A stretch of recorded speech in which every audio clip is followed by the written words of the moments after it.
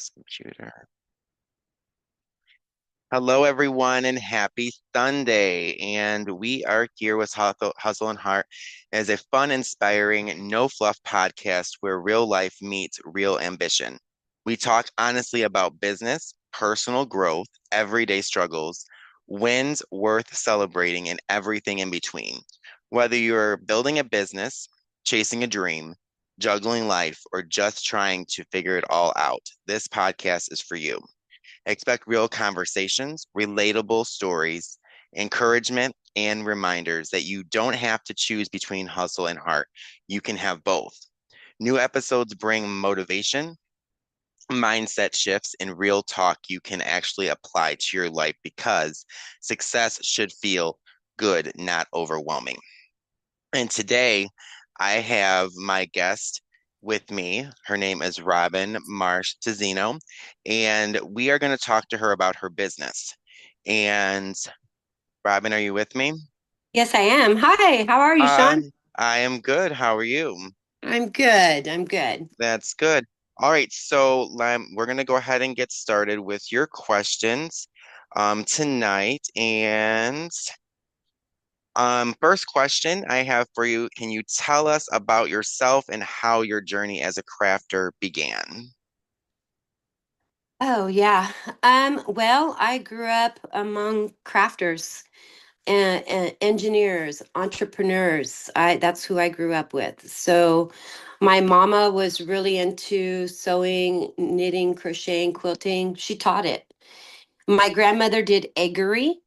Eggery is a very old art. You don't see or hear about it often anymore, but she took really huge eggs and turned them into music boxes and jewelry boxes and works of art. And she won many awards with it. So I grew up watching her drill into these eggs and create beautiful artwork.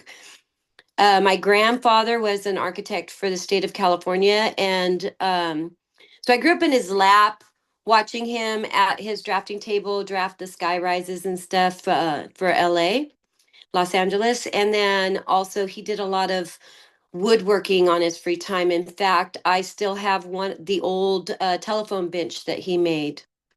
He liked to tinker around, and my stepdad did too. So I kind of grew up around that kind of stuff all with it surrounding me. That is great. Oh, wow. See, we're learning something already. The first Yeah. question, and she went real with historical, which is great because that's how we get to know the business owner that we're interviewing because that's why I made that the first question because I wanted her to dive in and tell me what it is that from her journey to start becoming a crafter. Now, the next question I have for you is what was the very first thing you ever made that made you think I could really do this? I love this question. I actually still have it. I was 7 years old, and the very first thing I ever crocheted was an Afghan. I still have it, and so it's quite old. It's quite ugly. It was my first Afghan, made with lots of colors and stuff, but you could see that I took on to the art really quickly, and I was 7. And I made a leash and harness for my pet rat. Um, throughout my, I want to say grade school years, I made Barbie clothes for all my Barbies. I had a huge Barbie collection, and I made their furniture for the dollhouse my dad made me. I carpeted it. I put the wallpaper up on it with paper and glue, of course, because I was a little kid. And yeah, I've always loved crafting. Always. Since I was a little girl, I knew I could do things with it. And in fact, that blanket I gave to my grandmother for Christmas that year. And that's why I still have it, is I got it back after she passed away. Oh my Mhm. goodness, that is so memorable, and that is so awesome that you were able to give that to your grandma. I'm sure she loved it, no matter Yes. how ugly it Yes, was, she did. because it was from you and you made it from your heart. You wanted to give her something handmade that wasn't store bought, and she probably loved that thing more than she probably ever did anything else because it was handmade by you versus something that was from a store that you could have bought. So, Yeah. And the oh, fact that I was 7. right. And the fact that you were 7, yeah, that definitely puts a big trademark on that one. That's great. Yeah. And so with you working with multiple crafts, crocheting, knitting, wood burning, and more, how did you learn these skills? Well, my mom taught knitting, crocheting, and quilting. She was an actual teacher, a craft teacher. She also taught kids crafts, so it was always engineering something new and fun and creative for the kids down at the local center here in town. And then I took sewing in junior high and high school. I took sewing with it outside of the high school as an add-on class, a night class through the adult school while I was in high school. And I was with a designer who taught me how to make my own patterns and design my own dress. So I made my own prom dress. I designed and made my own prom dress.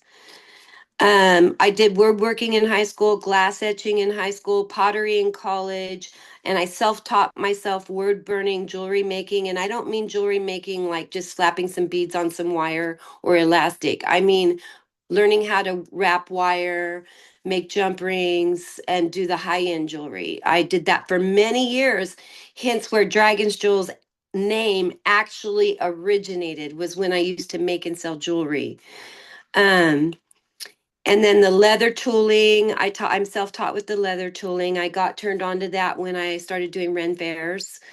I make dream catchers, which are going to be seen soon. There's a dream catcher class coming soon. And there's just so much more. Like there isn't anything I can't do. That is Mhm. amazing. And you know what? Dream catchers, oh my gosh. I love dream catchers and I would love to learn how to make one. So that is on my wish list. Yay! That's Yeah. definitely on my wish list. So I will definitely be signing up for that class when it comes available. Yay! Absolutely. What inspires your designs and the pieces you create? Oh, there's so much. So, when a customer comes to me for a custom order and it's not something I already offer or have done, I'll go on to I'll type it into Google search and see what pops up from the stores, or I'll go into Pinterest and see what pops up there. And then also in what's it called? Not Instagram, it's the other one, the video one. YouTube? Not YouTube, the one that shows up on Facebook all the time, the reels. Anyways, I get stuck Oh, on those. And I have a huge library of future ideas that I've saved because they're fantastic. They just pop up and they've inspired me to do other things. I see visions because I craft, you'll hear about this later, but I craft in silence mostly. And when I'm crafting, in silence, I'm actually designing future products too at the same time. It's pretty incredible how my mind works. It's why I was able to have a career in architecture for quite a long time and design custom homes because I have an engineering mind. Um, but I see things like products in stores and stuff, and then I get visions, and I'm like, oh, I can do that. Oh, but I don't like the way that looks, so I'll change it. I always change every pattern you can give me, I change it. Um, and I love to design things, and I'll give you an example.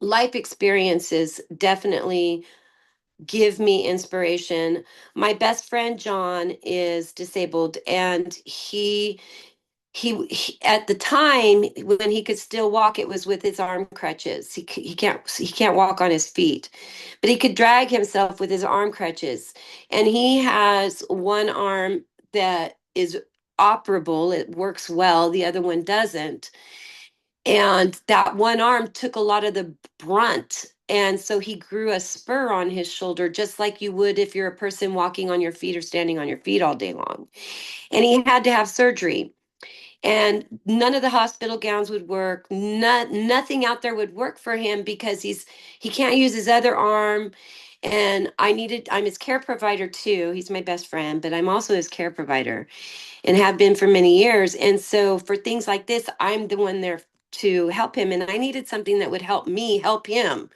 right? So I designed, engineered and designed an incredible hospital gown that every single piece is snaps so that I could unsnap maybe just the shoulder so I could change his bandage, or maybe just the side so I could do what I needed there, or just the front or just the back. Or you see where I'm going with this? Or every single piece of that hospital gown was snaps so that I could get to where I needed to go with him because I couldn't pick him up. I didn't have a transfer.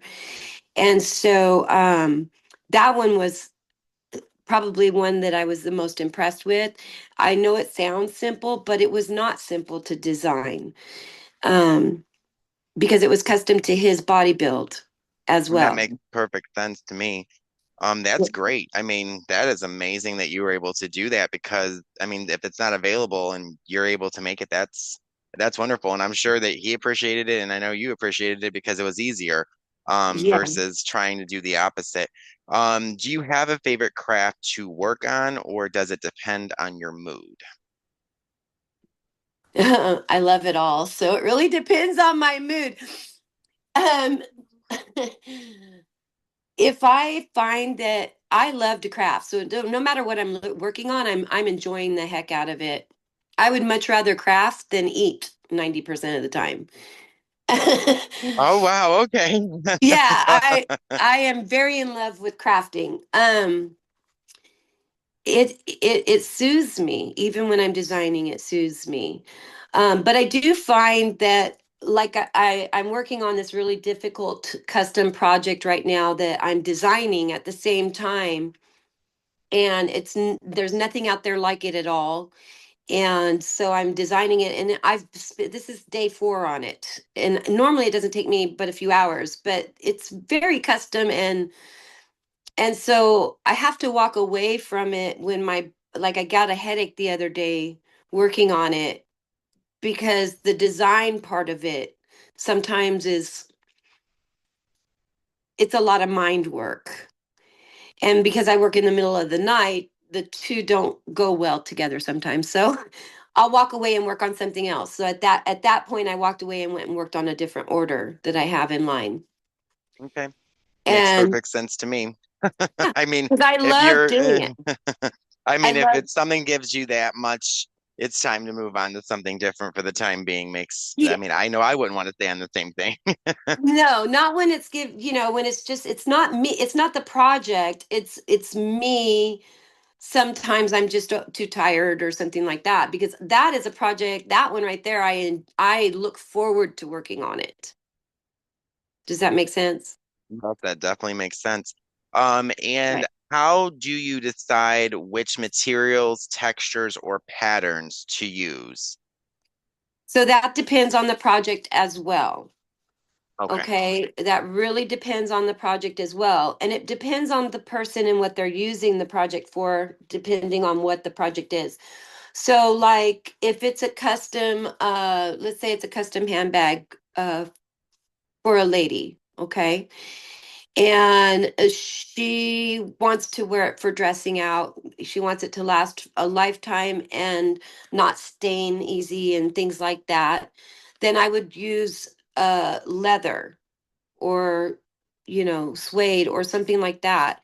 If it was somebody that wanted it more for fun, going out, to the swap meet or something like that, and she just wants a day bag, then I would offer a more fun print and go with a cotton. um as far as the projects go, like I can't use certain materials with anything microwavable. It has to be 100% cotton if it's microwavable. So I have more expensive insulating batting that are for my microwave items, that I use for my microwave items when I make them. And I only use cotton thread, cotton material, cotton batting that is built and designed for the microwave. So it is a little bit more pricey. But like if it's just like the countertop No, a hot pad. I'm just double layering, a cotton poly blend for the batting on the inside with the cotton, or I can use a flannel even for the material for that because it's not going in the microwave. It's just sitting on the counter to stop the counter from getting hot. I hope that all made sense. Yes, absolutely. Okay. So you described that perfectly, at least to me, and I'm sure that all the listeners, once they hear it all, they'll understand. It'll all make sense. Yeah, there's a lot that goes into products. I don't think that a lot of people understand when you're a crafter, the big corporates, they have to have this information and send out the right thing because if they don't, they could be like, it could be big problem, right? But us little crafters, if we don't know what we're doing and what we're using for what product, we could potentially harm somebody or we could do cause harm to something. And so it's important to know your craft, know the materials used for each product of that craft, and know the importance of value of that craft as far as what are you going to spend on materials to make that craft happen.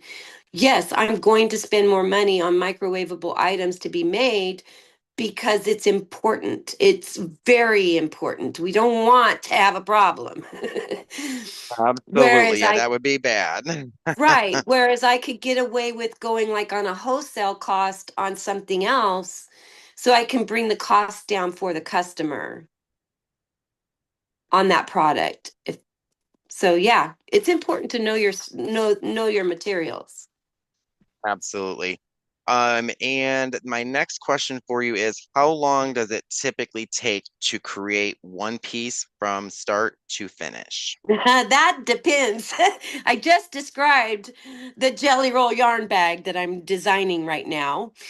And that one you can hear in my voice or what I've said already that it's taken me, I've been on it a few days. Now, what I think people don't understand, I get reached out to often because my time frame, my timeline is, right now it's 12 to 15 weeks out from starting any projects that come in. Is that a ridiculous time frame? Absolutely not. This is why. I have a lot of orders in line already. Orders come in weekly that go in line. I'm designing custom orders like the yarn bag, right? And so sometimes those take longer and I'm not just sitting in the craft room. That's not my life. My life isn't just sitting in here crafting. In order to get those orders, I have to be in the office on the computer working in events or selling the product or talking with customers. I have to be able to eat and shower, be able to have some sort of interaction with my family who is already upset with me because I don't have enough with them already. And like, okay, Valentine's Day, for example, did I work on Valentine's Day? Yes, I don't get days off, but I slowed it way down. Like I did not walk into this craft room and insult my partner, my significant other, and tell her that she wasn't important on Valentine's Day. Does that make sense? So, um, I can't time frame wise, some projects take a couple more days than others. But some projects only take me an hour or 2 hours. So I'm able to crank out three or four orders in a night. And I only work at night in the craft room too. I don't work during the day because there's too much interruption. I can't be interrupted all the time. It drives me insane. So it takes away that creative flow. So the piece really depends on what it is, how much time I have to spend on it, or things like that. I would say, for an example, you've got the jelly roll. It's just taken me a few days. Oh, your mom's vendor belt is next, Sean, and so she's next in line after this bag. And that vendor belt is only going to take me a night. So she's waited all this time for it, and it's only going to take me a night. But I've had all those orders before hers. So that's what the timeline goes for working on pieces. Great. All right. Great. That is perfect. I mean, that provides clarity on how long it can take from start to finish versus, like you said, I mean, there's things that can take a few hours, there's things that can take days. So that's perfect for all of us to know, especially people that want to order from you. So, Yeah, and then some orders are really big. I have a customer who likes to order a lot of things from me all at once. So when I get to hers in line, her orders sometimes take me a whole week to complete. okay. Yeah, that makes perfect sense. The smaller the order, the quicker it can go out. The larger the order, it's going to take longer. Makes perfect sense. Yeah. All right, my next question for you is, what is the most challenging piece you've ever created? Mm. Well, that one was hard for me to think of because so it isn't just about Dragonz Jewels we're talking about now. We're starting to dive into Robyn's world. Okay. And Robyn's world encompasses a lot of things. I'm also a cake maker. And so I do extreme custom cakes on the side. Well, I've slowed that business way down over the last year, but I've done complicated cakes such as I can actually make a cake that looks like you. A bust of you. And I've done, you know, carousel horse cakes that turn with carousel horses and things like that. So those are challenging but fun. And I've done, pieces in Dragonz Jewels that are challenging, but because they're challenging, I actually enjoy them way more than the simple things that I can just wham bam thank you ma'am, right?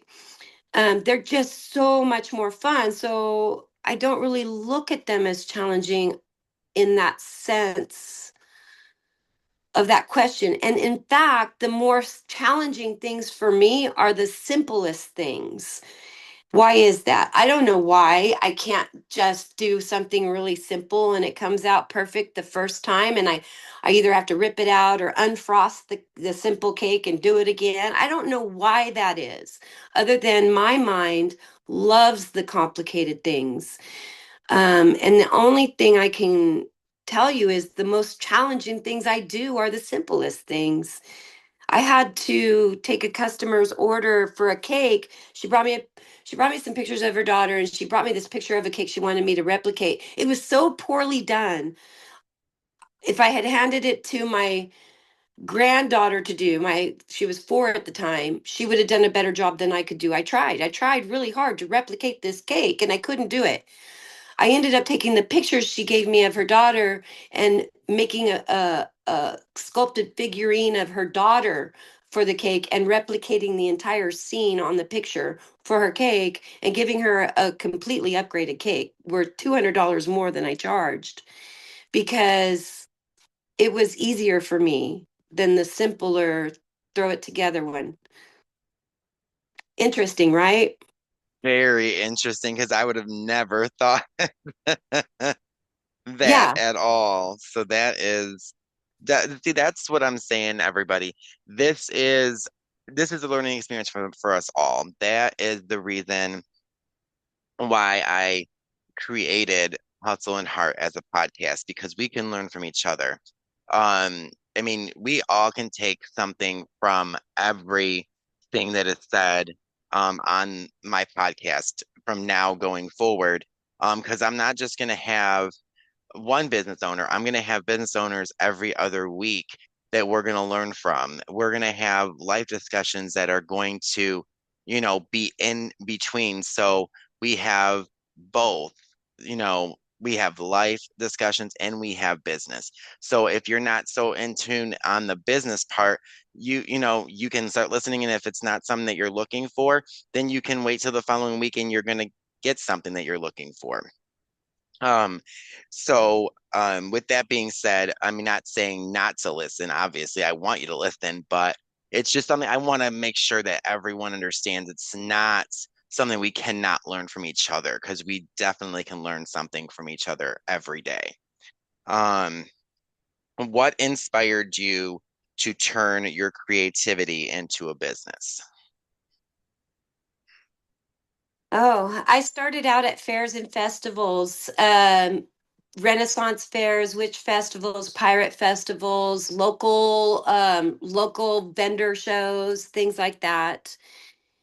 Because I love crafting, right? So I found myself with all these crafting things I made, all kinds of different things.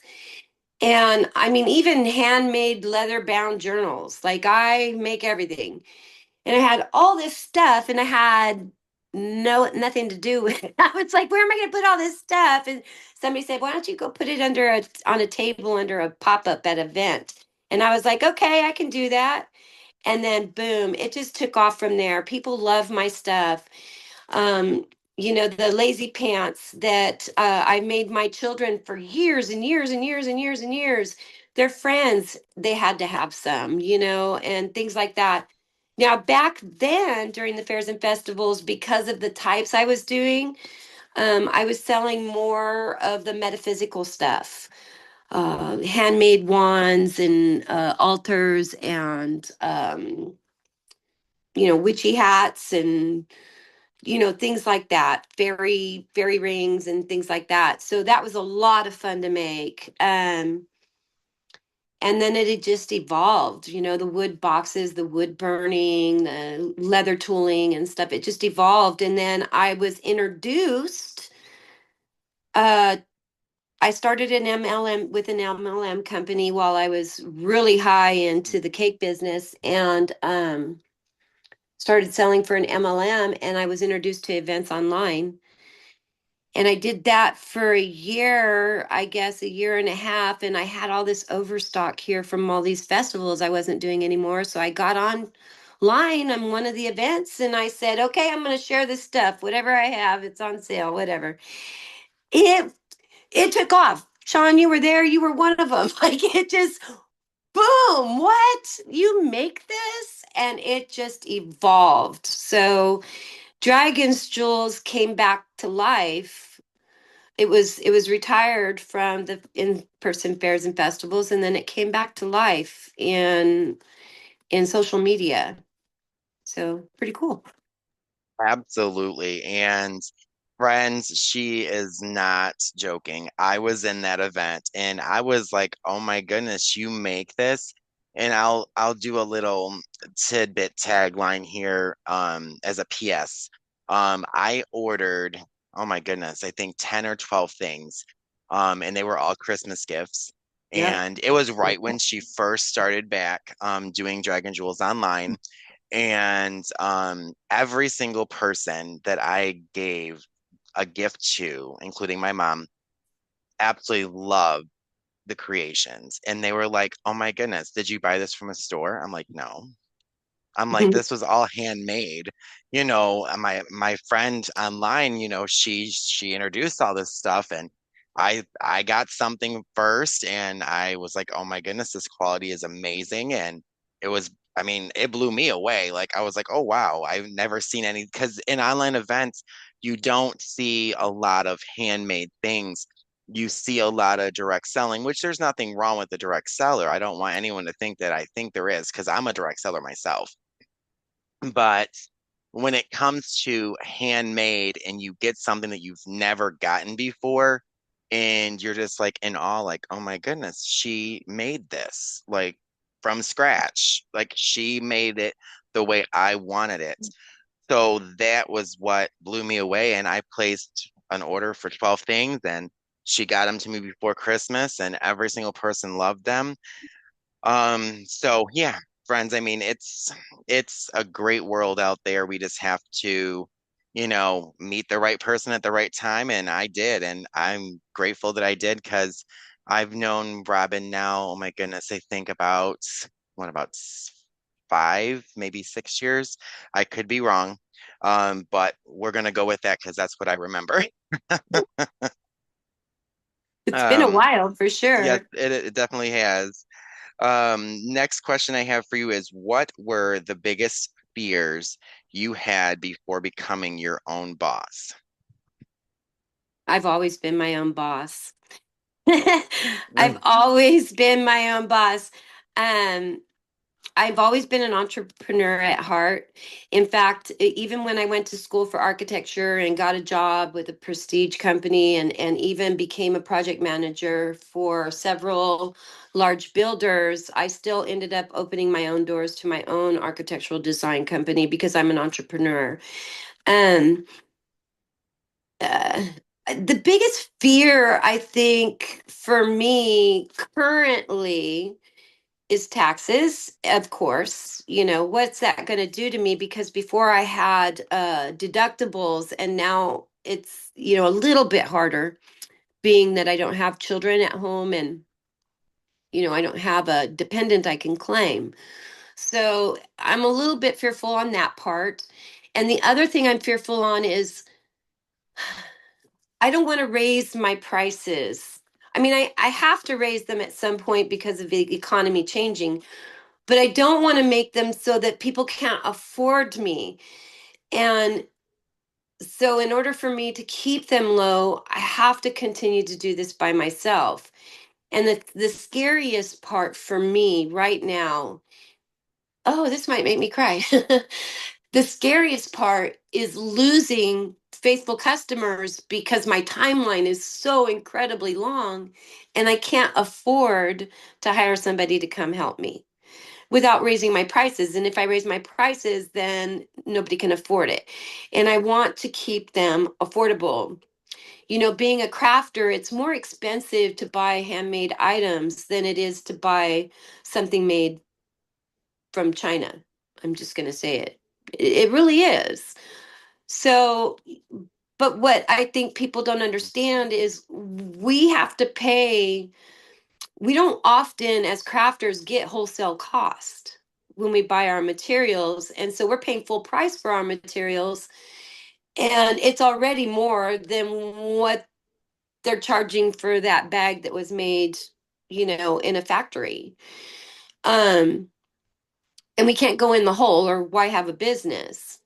So it's very fearful for me right now because my timeline is so incredibly long. I'm grateful. I don't want anybody to think I'm not grateful. I am so grateful. That's great news, right? When a crafter can say, well, I'm that far out because I have that many orders in line, what a huge blessing. But it's also a fear too. And it has caused a down in my sales, I've noticed.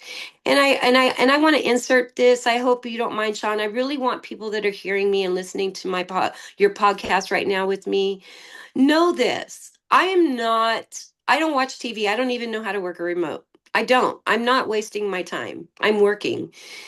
Um, I'm working very hard.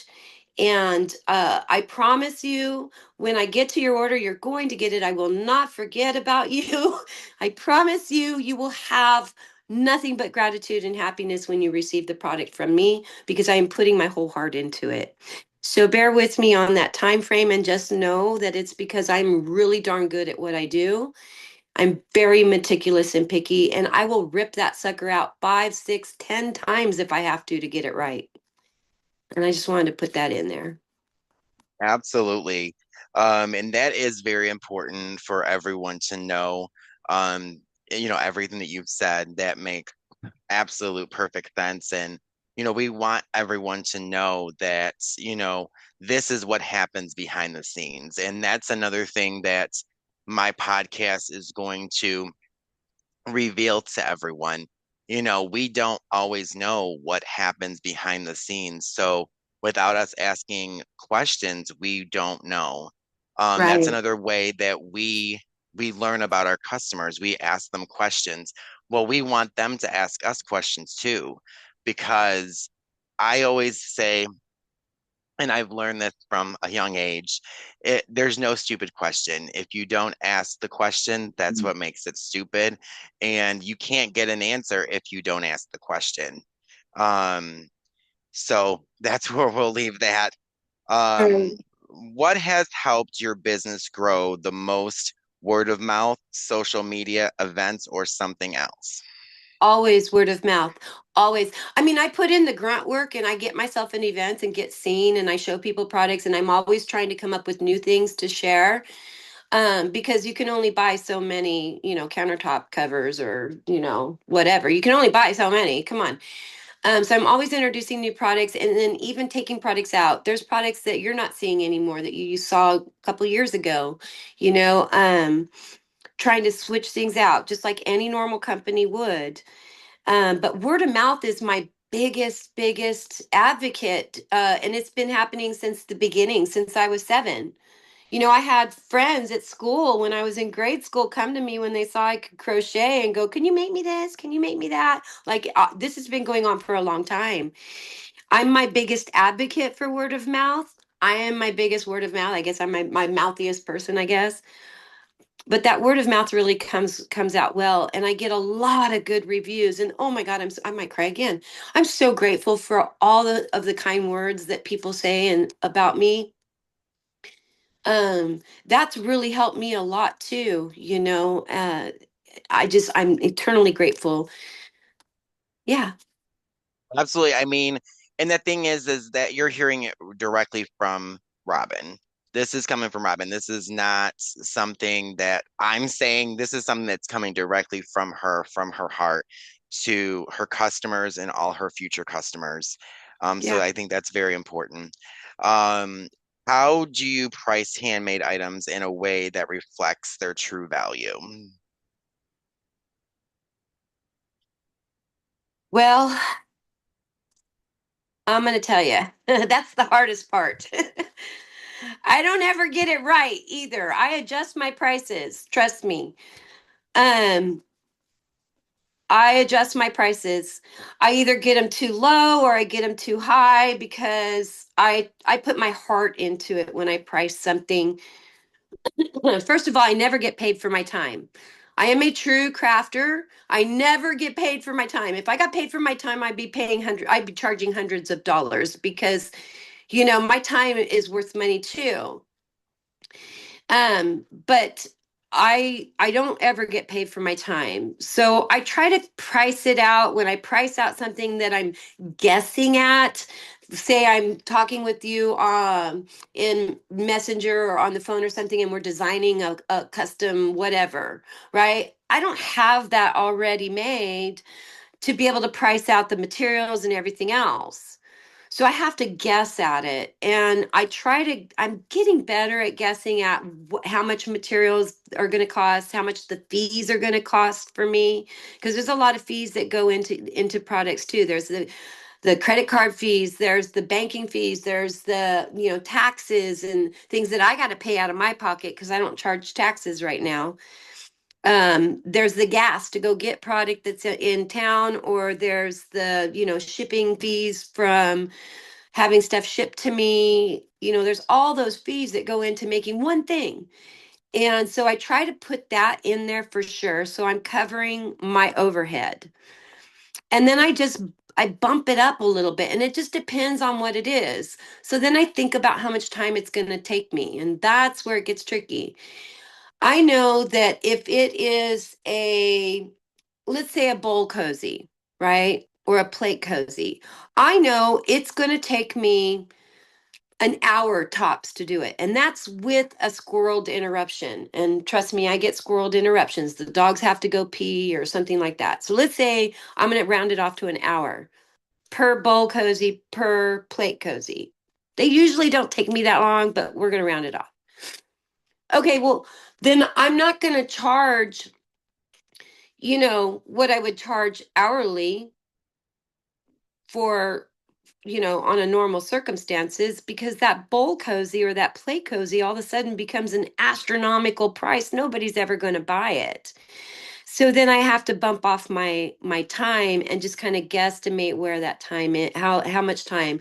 So I usually just bump it up a few dollars or maybe a percentage. It just depends on what it is. If it's something like this bag I'm working on right now that's taking me days, I knew it was going to take me days. Of course, I charged a decent, I didn't charge low bottom dollar for this bag. I charged her a little tiny chunk because I knew it was going to take me a long time. It's also designing it firsthand, and it's, got suede, real suede I'm working with.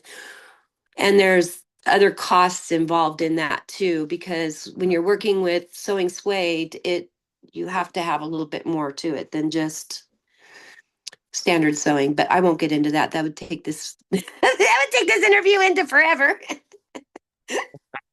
Okay, no problem. Understandable.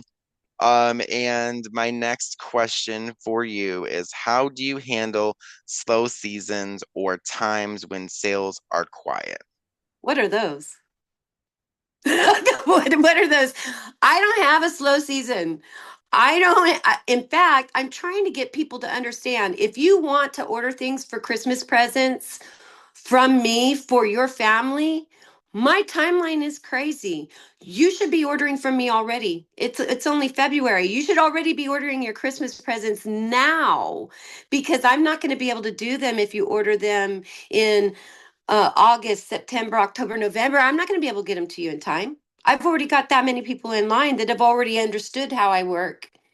So I don't have downtime. And so what I do is if there is, I suffer from sleep deprivation, guilt for timelines not met, or missed that I've quoted, family and spouse missing them or them missing me. The grandkids really love to give me guilt trips over that. Are you working again, Grandma? Yeah, I have to work today, but I wanted to come over this weekend. I know, but I have to work. You can hang out with me in the craft room. No days off. I don't get any days off at all. No vacation, no sick days, no backup income, no retirement fund. No, and I need lots and lots and lots of space for materials. Um, so that downtime, I use, I don't think I have any. If there is downtime, I would say it's when I'm crafting at night and it's silent. I'm I have a pen and paper next to me and I'm thinking of ideas and things that I want to do next and I'm jotting them down. I'll steal moments every once in a while to go soak in the tub because we have this fabulous tub now and I get jelly when I don't get to use it as often as my wife does. So I'll go in there once in a while and take a half hour for myself and just soak. But I don't have downtime. I have stolen moments, but I don't have downtime. Okay, perfect answer for that. I'm not shocked. Yeah. Have you ever doubted yourself and how did you push through those moments? Yes. Every single day, I doubt myself. Every single day. Every single day. Um, I have doubt that I can make this work, that I can turn this into what I see and what I envision it. But I push through it because I have a commitment to the customers I already have in line that have placed orders with me. So I push through. Um, and the compliments that come in, the biggest compliment that I get, I've always said this even with the cake business, the biggest compliment I get is when somebody comes to me, they order something from me. Let's say they waited a while. Last year was crazy. I hurt my back and it's really slowed me down for 4 months. I was behind. Or I got behind during that 4 months of recovery. And they ordered from me and they waited months and they still come back and they order from me again. What a huge compliment, right? Like that pushes me forward. That it removes those doubts that come every day. These are the pillars that hold me up, that help me be strong and continue on. Um, but the doubts are there. They just Everybody else helps stand me back up every day. And you can do this, Robyn, with just those simple little things that they do. Yeah. See, everybody, and like I said before, it's a support system. It's very important to have a support system when you run your own business or you are in direct sales. I mentioned this in the introduction to my podcast. It is super duper important that no matter who your support system is, it can be your customers, it can be your wife, it can be your husband, it can be your mom, it can be your kids, your grandkids, whoever it's super important to have a support system to help lift you up and tell you, you got this, you can do this. Because every one of us, including myself, we all doubt ourselves at one point in time. That's just the way it is. Um, it would be great if it wasn't, but that's not life. So, Right. that's not life. So my next question, this might be a little bit more of a difficult question for you, but maybe not. What advice would you give someone who wants to turn their craft into a business? Well, I'm glad you asked. Okay, so I actually teach a class on this um, for crafting businesses. I actually teach a class on this. And without going into depth, if someone is interested in learning how to turn their craft into a business, whether it's online, in person, at events, or whatever, I am so happy to help. Just reach out to me, and I will be more than happy to uh, to share that class with you. Some of the things that we'll go over is, writing out a business plan. That's important.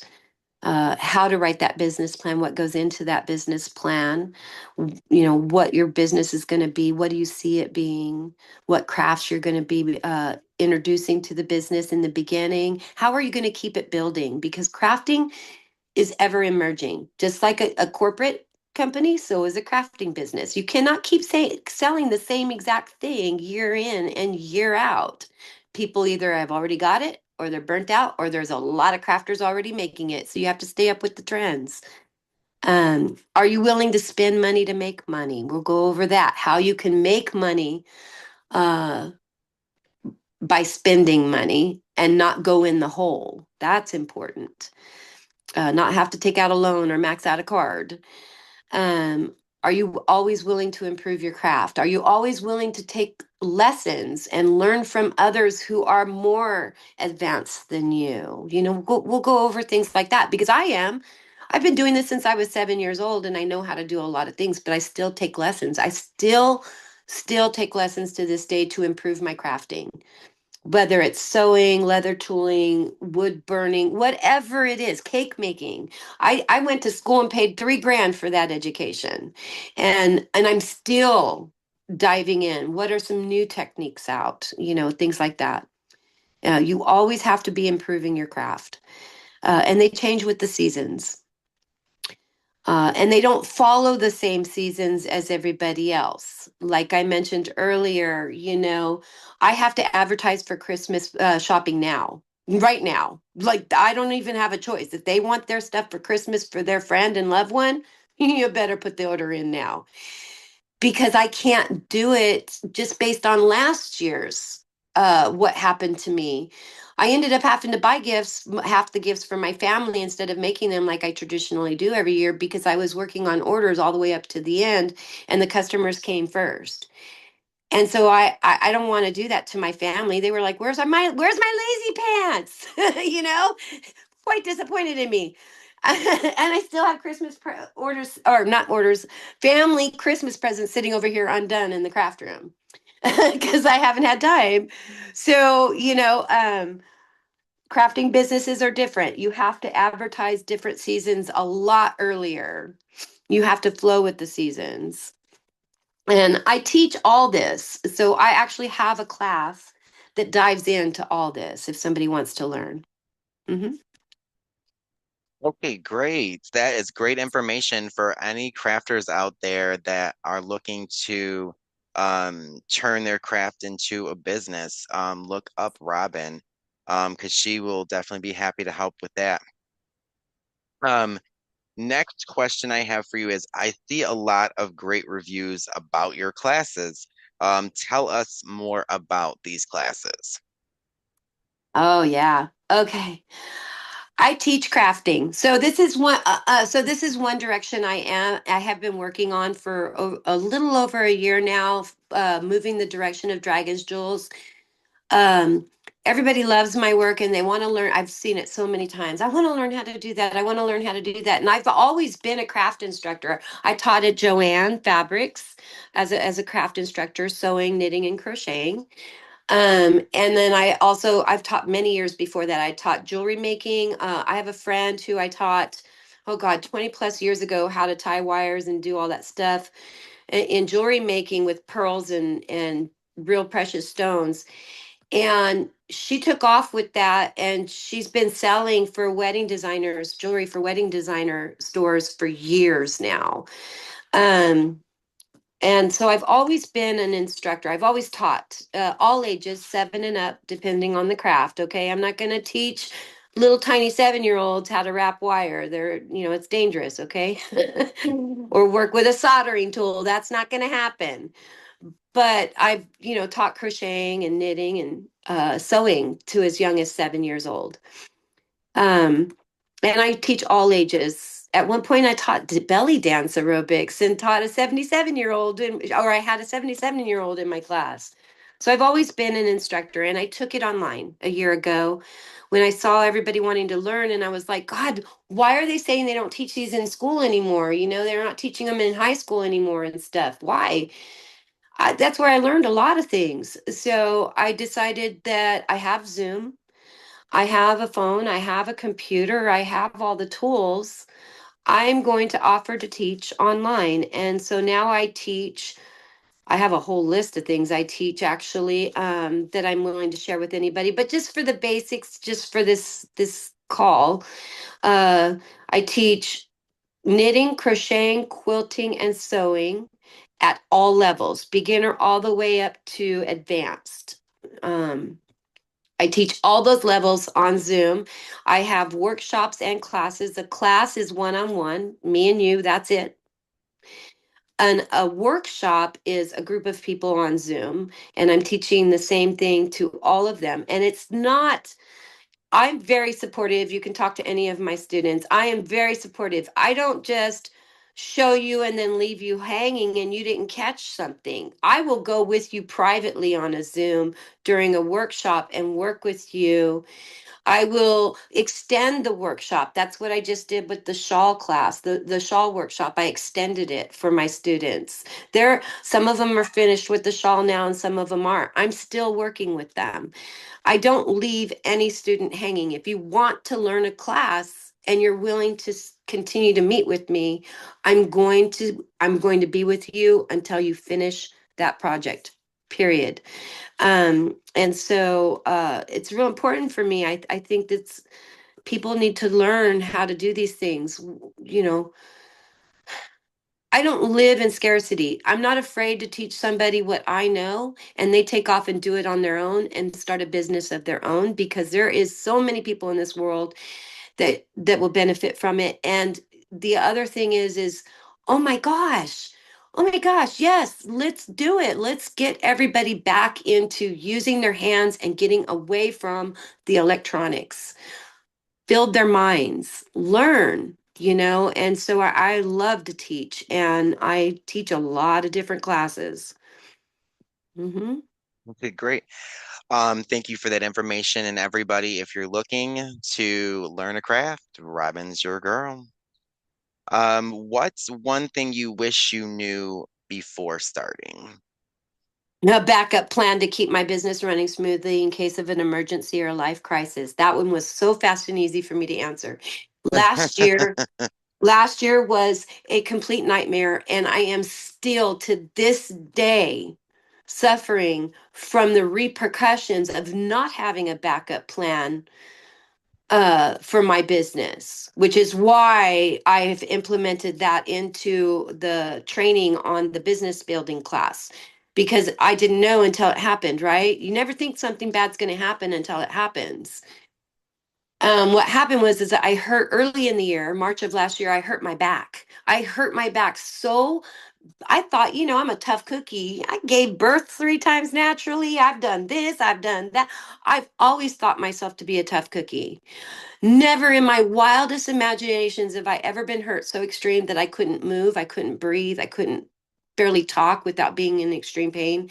And I suffered for 4 months. I couldn't sit in this craft room for 4 months. I had orders that were coming in and orders that were in line that were just building up on me for 4 months. That is a crazy amount of time. And there was nothing I could do about it. Absolutely nothing, because I was in so much pain. And when I tell you I was in here at every opportune of moment I could, even if it was only for 5 minutes to sit down at this sewing machine and sew on an order, I was doing it during those 4 months. But if I could only handle that pain for 5 minutes, that's all I could handle. But I couldn't afford to pay somebody to come in and do the work for me, nor did I know somebody that knew everything I knew, which is the other reason I'm enjoying teaching people what I know. Because one day somebody's going to pop up and go, "Hey, Robyn, you've taught me everything you know," and I might be able to afford to put them on my payroll. So I make that, that is a goal. Hint, hint. and then, so that happened. And then later on in the year, I had to do an abrupt move. So I know anybody that knows you cannot move in a weekend and be set up with a craft business. It's not happening. A whole month I couldn't craft because I was packing, I was looking for a house, I was moving, and it was to no fault of my own. I'm a good person and I didn't get evicted or anything. I just needed to move. It was an emergency.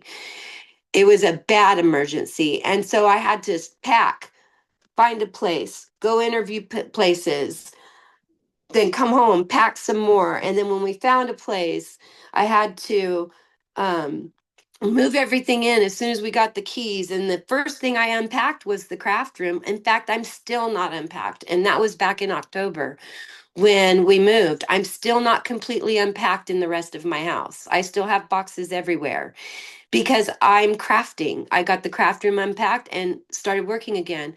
So that whole point of this whole entire question is a backup plan for when things go wrong or sideways. I really feel like I need to dial in a backup plan because anything can happen, and that's what those lessons taught me from last year. Okay, great. Thank you so much for that. And that's not a backup plan for me because I could make money other ways, right? It's a backup plan for my orders that are in line. That's what I'm talking about. When I take on that, when I take on that customer's order, I take on an obligation and a promise to them that they are going to get their product. So when something happens like this, and I don't have a backup plan to get their order out to them, that's what screwed me over. So that's where I think is the most important thing. I need to, and any craft business should have a backup plan for that exact thing, keeping customer Absolutely. satisfaction. Yes. Absolutely. That is a great idea. And that's great that you added that to that class. That makes perfect sense to me why you do that. Because Hmm. you learned Yes. from that. Um, I have the next question for you is what's one tool you can't live without in your creative space? Um, okay. Oh, hands. I'm just going to answer it even though I can't find it on my papers. Oh, here it is. You did jump ahead of me. Quite a few questions. My hands. My hands are my biggest tool. I'm a crafter. And I have a million tools in this craft room that I cannot live without.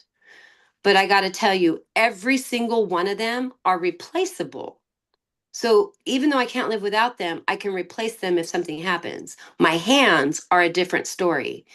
I cannot replace my hands. I've even thought about insuring them.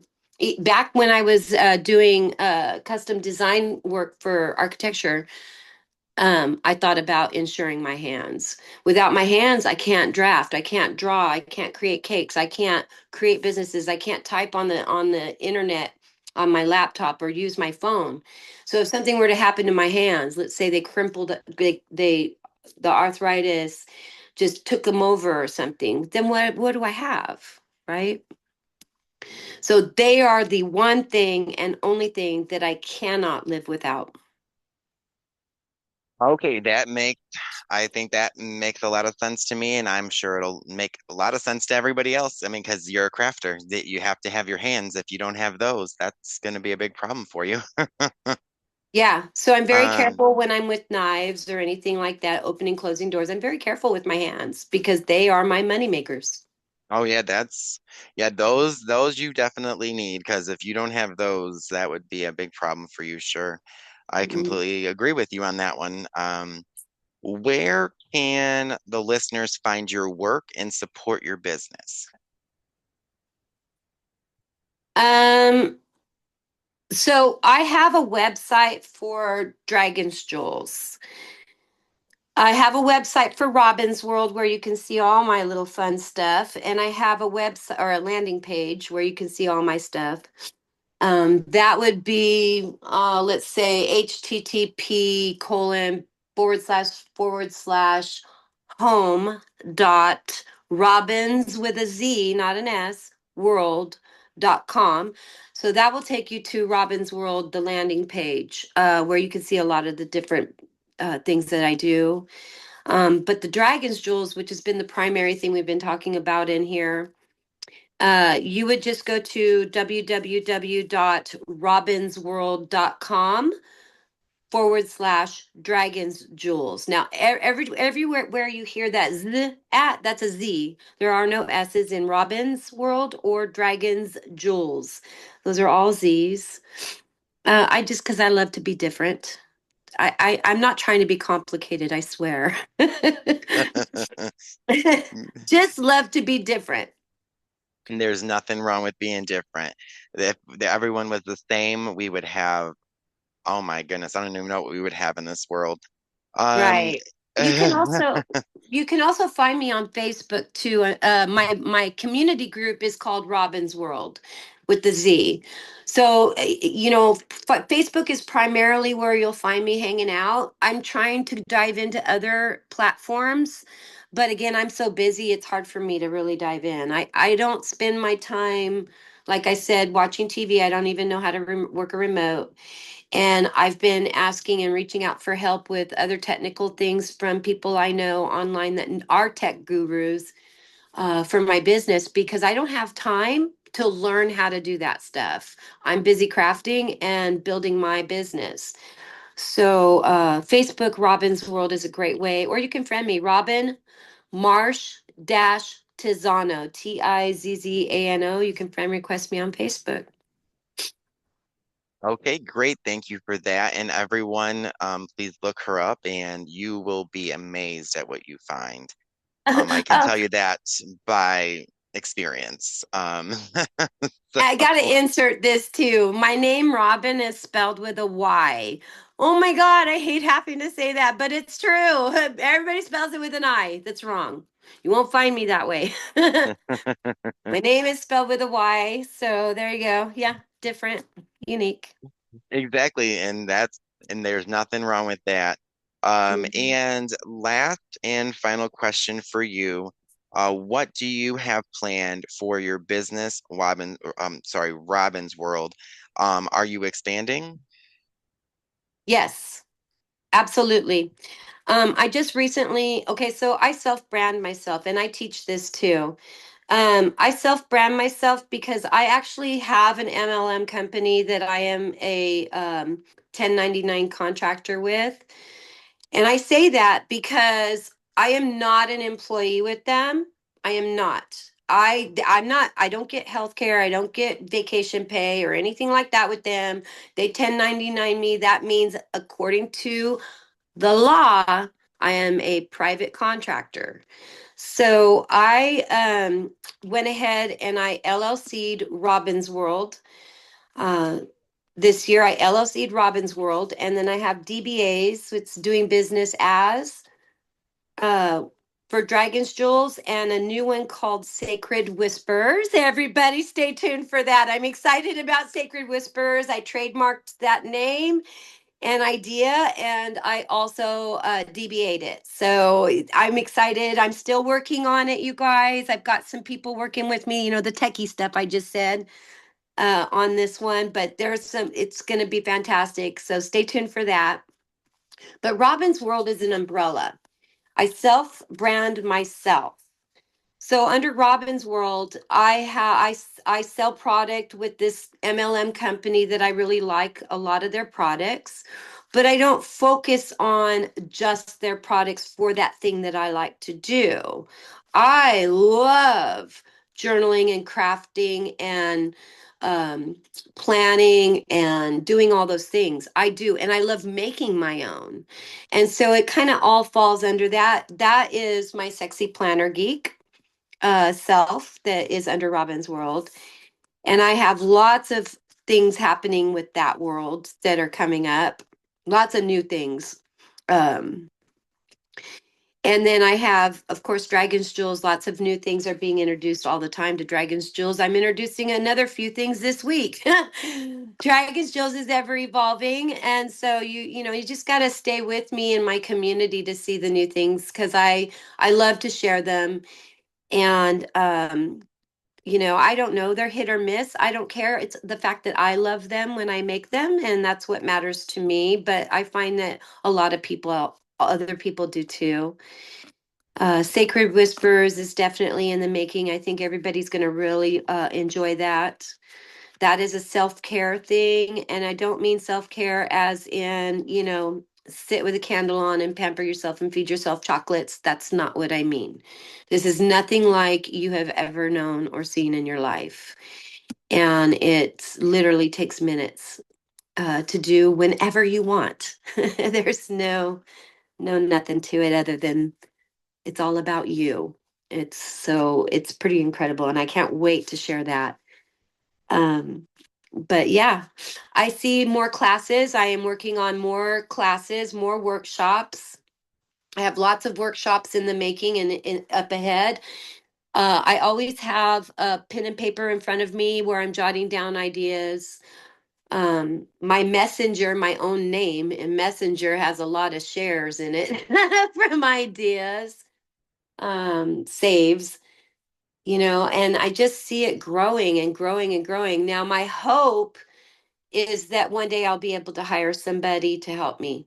That's my goal, I guess, in the end. I'm not going to get rid of Robyn's World. That's not going to happen. I'm always going to be a crafter. I'm always going to be a planner or a geek of some sort with the paper crafting and the planning and the journaling and scrap journaling and things like that. I'm always going to be a geek out on that stuff. And Sacred Whispers is my baby. That's been my baby for a few years now, actually for probably 6 years now, but I pulled it out of the box in the garage and said, okay, let's get this back going again. Let's finish this. And so that has been something I've been really excited about and worked very hard on the last several months. And I made it legal, got it trademarked and everything. So I'm excited about it. Um, but yeah, I see lots of big things with Robyn's World. Okay, great. And everybody, so look out for what Robyn, tell me one more time the name of it. Okay, so to go to my landing page online, it's going to be http colon / home, the word home, dot Robyn's World, that's Robyn with a Y and a Z, ROBYNZ World, WORLD.com. That's to go to the landing page. Now, we talked about Dragonz Jewelz, and you can actually get to Dragonz Jewelz through that link. I just want to, while I have you on here, double check that because at one point it got disconnected, and I want to make sure it's still connected, that I fixed it, because remember I said I am not a techie guru. So let me just plug that in real quick on my laptop that I have here in front of me and make sure.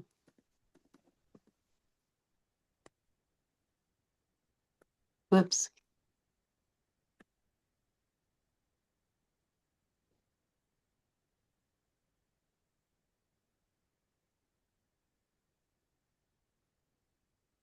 Typing when you're standing up is not easy, you guys.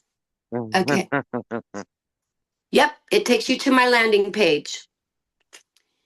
So you can get to all the things I'm doing. Oh, and I have a free ebook on there for everybody that visits my landing page.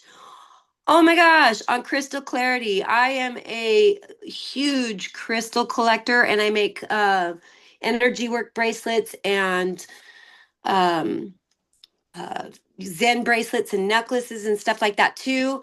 And I'm really into crystals and their properties that they provide that are healing properties.